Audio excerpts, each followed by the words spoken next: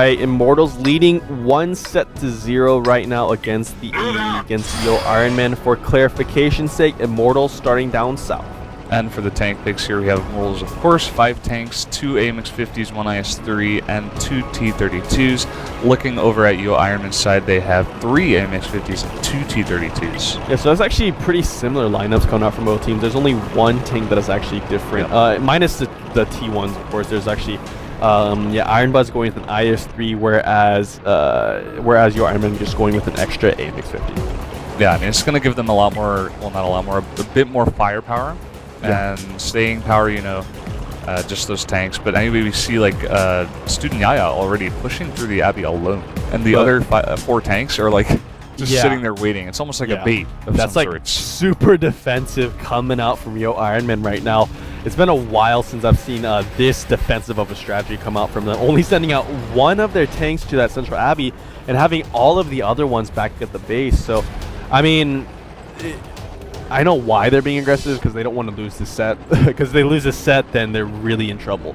But honestly, they got to do something differently than this, and they are repositioning most likely towards that western ridge, and that's what they should do. I mean, if they're gonna do something, might as well go for the western part of the map. And look at that, the Immortals also going for this western ridge right now. Pretty standard, nothing too surprising.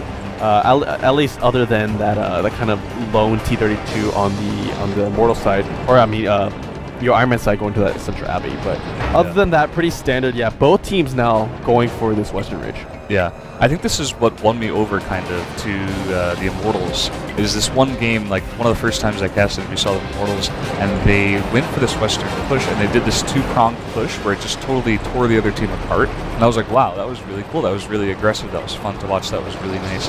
And that's kind of what won me over to the team. And I hope we can see something like that again. They are going for this western push as well as yoe IRONMEN, but yoe IRONMEN very defensively kind of going for a push, not really pushing up onto the hill. They're just positioned there. Yeah, at the bottom of the hill, just waiting, kind of. They know that the Immortals are going to push. Everybody knows that the Immortals are going to push almost every time, especially on a map like this. So instead of having the Immortals get into a good position and then fight them, they want to have that good position first and kind of take it on their terms. Oh, these guys are getting really near to each other though. Once actually non-TW and PNL cross this next corner, they will be able to spot each other here.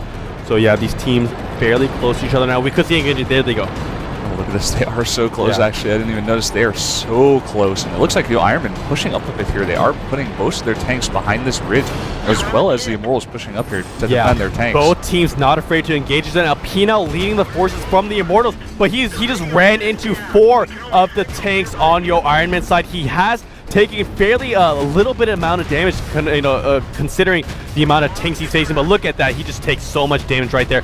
2 health. He's going to be the first tank to go down. And look at that, the Immortals losing 3 tier A tanks one by one. And it looks like actually the Immortals going to lose this set here. Yeah, really just being a little bit too aggressive there. I think that that PNL, even though he is in the most heavily armored tank, at least on his team, and even though he was in the front line, he walked in completely blind into 4 IRONMEN members. You cannot do that. Yeah, I mean, he had some backup, but not in that position. Like you said, you just cannot go in like that, and it shows. The Immortals, who are usually so strong in these firefights, just get demolished. yoe IRONMEN lost 1 tank, and the Immortals have lost all of theirs. Yeah, definitely so. I mean, like, I want to say that the Immortals, because actually what happened was they sent one of their tanks for a flanking maneuver. One of the tanks got